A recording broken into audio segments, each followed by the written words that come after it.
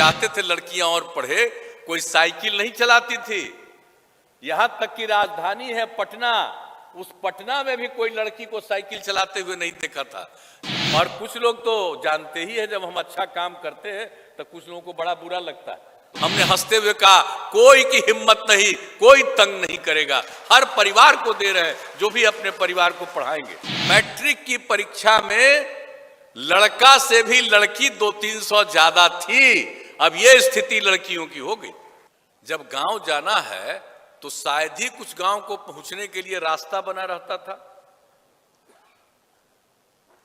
सड़क कहां था? हम ही लोग जब जनप्रतिनिधि थे, सांसद थे अपने अपने इलाके में, तो कुछ इलाका तक तो सड़क मुख्य जगहों पर था, लेकिन अंदर जब जाते थे तो पैदल ही ना जाना पड़ता था।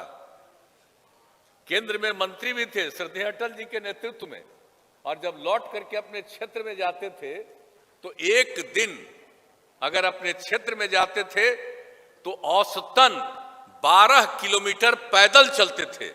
ये स्थिति थी। और क्या हालत थी लोगों की। और जब हम लोग कहीं कहीं दौरा करते थे और शाम होता था तो हम तो अपने इलाके की बात नहीं, कहीं भी जाते थे तो देखते थे कि शाम होते होते उसके बाद कोई नहीं बाहर निकलता था, पूरा का पूरा मुख्य रास्ता ऐसे ही बंद रहता था। तो ये हालत थी। और कौन सा हाल था? तो एक एक चीज को देखते हुए, और क्या गरीब गुरबा तबके के लोगों की स्थिति थी, महिलाओं की क्या स्थिति थी, इन सब चीजों को देखते हुए ही हम लोगों ने सबके कल्याण के लिए काम किया।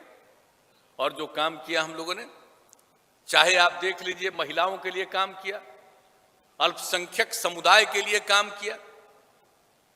आप लोग जरा याद करिए, अनुसूचित जाति जनजाति के लिए काम किया, अति पिछड़े वर्ग के लिए काम किया।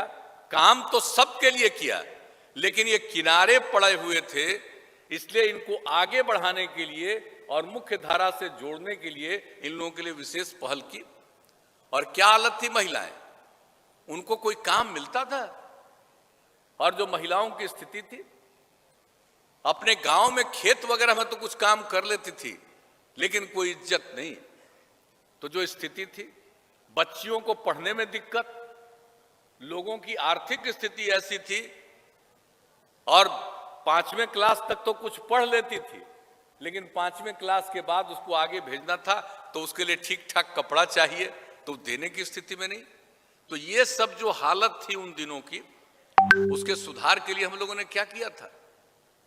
और सबसे पहले महिलाओं को आगे बढ़ाने के लिए जो हम लोगों ने, जो पंचायत का चुनाव 2006 में होना था, हम लोगों ने कानून बनाया और महिलाओं के लिए 50% का आरक्षण किया। और उसके पहले जो 2000 में चुनाव हुआ था, तो महिलाओं को तो छोड़ दीजिए, अनुसूचित जाति जनजाति को भी आरक्षण नहीं था। तो हम लोगों ने अनुसूचित जाति और जनजाति को उनकी आबादी के मुताबिक जो भी 16% और 1% का आरक्षण, और पिछड़ों में जो अति पिछड़े लोग थे उनके लिए 20% का आरक्षण, ये सब किया। और महिलाओं के लिए 50% का आरक्षण इस देश में पहली बार हुआ पंचायती राज व्यवस्था में। और जो केंद्र में कानून बना था, और उस कानून के मुताबिक 1/3 महिलाओं के लिए आरक्षण था। लेकिन ये बिहार पहला राज्य था, जब आप लोगों ने मौका दिया तो हम लोगों ने महिलाओं के लिए 50% का आरक्षण किया। और उसके अगले साल जो नगर निकायों का चुनाव हुआ, उसमें भी हम लोगों ने महिलाओं के लिए 50% का आरक्षण किया। तो कितनी बड़ी संख्या में महिलाएं निकली घर से और जनप्रतिनिधि बनी, और किस तरह से उनको आगे काम करने का मौका मिला। लड़कियों को आगे पढ़ाने के लिए पोशाक योजना, और उसके साथ और आगे बढ़े साइकिल योजना। जब 9वीं क्लास में हम चाहते थे लड़कियां और पढ़े, कोई साइकिल नहीं चलाती थी।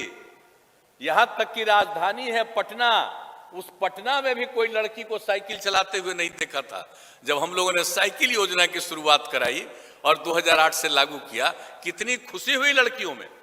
और कुछ लोग तो जानते ही है, जब हम अच्छा काम करते हैं तो कुछ लोगों को बड़ा बुरा लगता है, तो हम पर बोलने लगे कि भाई लड़की को दे रहे हैं साइकिल, अभी लड़की साइकिल निकलेगी, साइकिल पर निकलेगी, लोग तंग करेगा। हमने हंसते हुए कहा कोई की हिम्मत नहीं, कोई तंग नहीं करेगा, हर परिवार को दे रहे हैं, जो भी अपने परिवार को पढ़ाएंगे। और बताइए कितना अच्छा माहौल हुआ, कोई घटना घटी और लड़कियों में कितना उत्साह आया। और जब 2 साल तक लड़कियों के उत्साह को देखा तो लड़कों ने भी हमसे मांग किया कि हम पर भी ध्यान दीजिए, तो हमने 11 के बाद से लड़कों के लिए भी साइकिल योजना करा दिया। लेकिन अब कितनी लड़कियां पढ़ती हैं? अब ये जान करके आप लोगों को खुशी होगी कि 1 साल पहले जो मैट्रिक की परीक्षा हुई, मैट्रिक की परीक्षा में लड़का से भी लड़की 200-300 ज्यादा थी। अब ये स्थिति लड़कियों की हो गई।